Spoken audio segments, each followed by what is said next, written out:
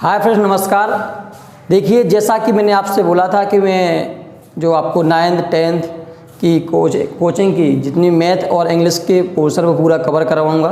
ठीक है, तो आज से मैं स्टार्ट कर रहा हूं कक्षा 9th का जो मैथ का पोर्शन है वो पूरा आपका कवर करवाऊंगा। ठीक है, तो आज हम स्टार्ट करें कक्षा 9th अध्याय 1 और उसका नाम है संख्या पद्धति प्रश्नावली 1.1। ठीक है, उसका पहला सवाल लिखा है। इसके पहले हम आपको कुछ चीज़ें बता दें कि जैसे सबसे पहला होता है जो प्राकृत संख्याएं, तो इसके बारे में थोड़ा आपको हम बता दें। प्राकृत संख्याएं, प्राकृत संख्या कौन सी होती हैं? प्राकृत संख्याएं सीधे तौर पे आप जान लें कि हमें 1 2 3 4 डॉट डॉट डॉट डॉट जो 1 से स्टार्ट होती हैं वो हमारी प्राकृत संख्या। ठीक है, इसके बाद होती हैं आपकी पूर्ण संख्याएं। पूर्ण संख्याएं, तो पूर्ण संख्या कौन सी हैं? पूर्ण संख्या केवल 1 के आगे हमने 0 लगा दिया, 0 को ऐड कर दिया और ये लास्ट तक जाता है अनंत तक। हमें पता नहीं कितनी है, अनंत है, तो हमने 0 जोड़ दिया, केवल पूर्ण संख्या होगी। ठीक है, इसके बाद में हम बताएंगे, आपको डायरेक्ट बताएंगे सीधा परमेय संख्या।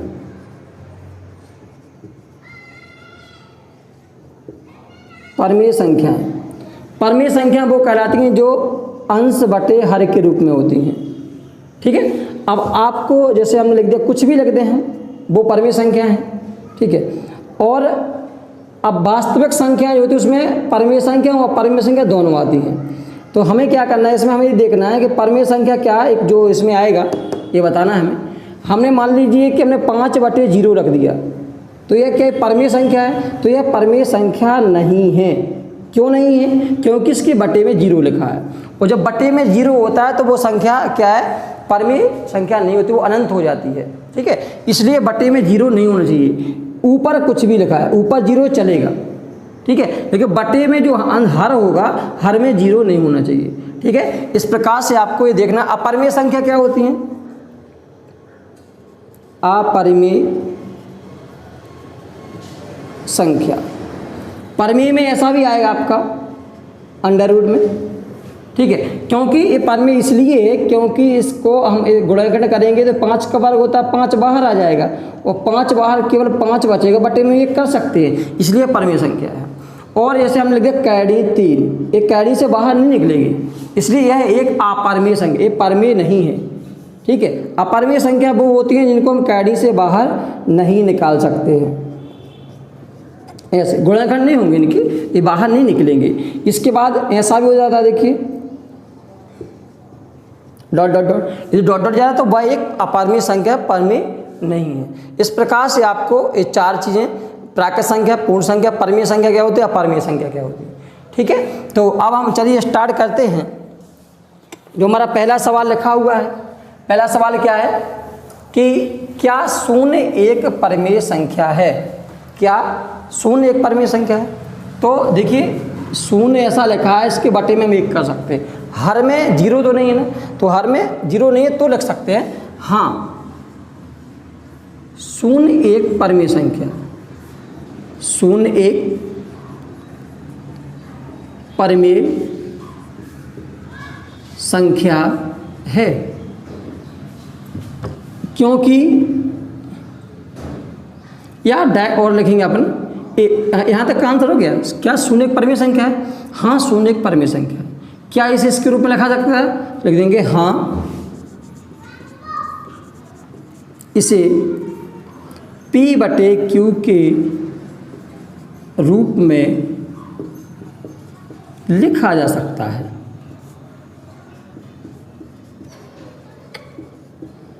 लिखा जा सकता है। क्यों लिखा जा सकता है? क्योंकि Q बराबर नहीं है 0। 0 के बटे में जो हर होगा, ये जो हर है वो 0 के बराबर नहीं है, इसलिए इसे क्या परमेय संख्या के रूप में लिखा जा सकता है। ठीक है, इस प्रकार से आपका ये पहला सवाल हो गया। तो अब हमारा जो पहला सवाल पूरा हो गया है, अब हम करेंगे दूसरा सवाल। तो देखिए दूसरे सवाल में क्या करना है, वो कह रहा है कि 3 और 4 के बीच 6 परमेय संख्या ज्ञात करना है। ठीक है, तो इनके बीच में ज्ञात करने के लिए हम क्या करेंगे, हम लिख लेंगे पहली संख्या। पहली संख्या बराबर कितना है 3, और दूसरी संख्या कितनी है, दूसरी संख्या बराबर कितना है 4। ठीक है, एक्चुअली इनके बट्टे में कुछ नहीं है। ठीक है, तो हम क्या करें, दोनों का योग ज्ञात कर लेंगे। दोनों संख्याओं का योग बराबर 3 धन 4 बराबर कितना हो गया 7। तो पहली संख्या, हम पहली संख्या उठाएंगे। पहली संख्या 3 के अंश व हर में, अंश व हर में 7 का गुणा करने पर, 7 का गुणा करने पर, अब गुणा करेंगे तो क्या होगा, देखिए 3 लिखा था, इसके अंश में 7 का गुणा करना है, हर में गुणा करना है, तो 3 7 21 होगा बटे 7 एकम 7। गुणा जो होता है परमेय संख्याओं में ऊपर का ऊपर होता है, ठीक है, और नीचे का नीचे होता है, अंश का अंश में हर का हर में। इसके बाद इसी प्रकार से लिखेंगे हम, इसी प्रकार संख्या 4 के अंश एवं हर में 7 का गुणा करने पर, 7 का गुणा करेंगे तो क्या होगा, देखिए 4 लिखा है बटे में 1 कर लेंगे, 7 का ऊपर गुणा होना नीचे गुणा होना, 7 चौक कितना हो गया 28, 7 एकम 7।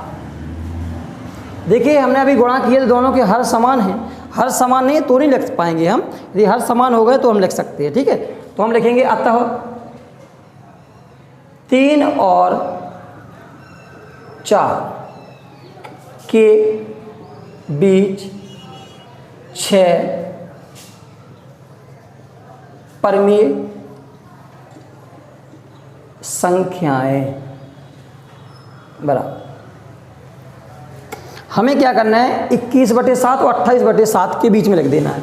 21 के बाद क्या आता है 22/7, 23/7, 24/7, 25/7, 26/7, कितने हो गई 1 2 3 4 5 और 27/7। इस प्रकार से आपके 6 परमेय संख्याएं जो हमें 3 और 4 के बीच में निकालनी थी वो निकल आई। ये आपका दूसरा सवाल हो गया। Thank you. हाँ, तो इस प्रकार अभी हमने आपको दूसरा सवाल बताया।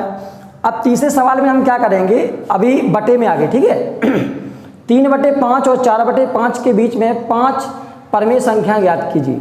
तो हमें पहली संख्या हमने क्या है, अब हमें 3/5 मिल गई और दूसरी संख्या 4/5। हम क्या करेंगे, दोनों संख्या परमेय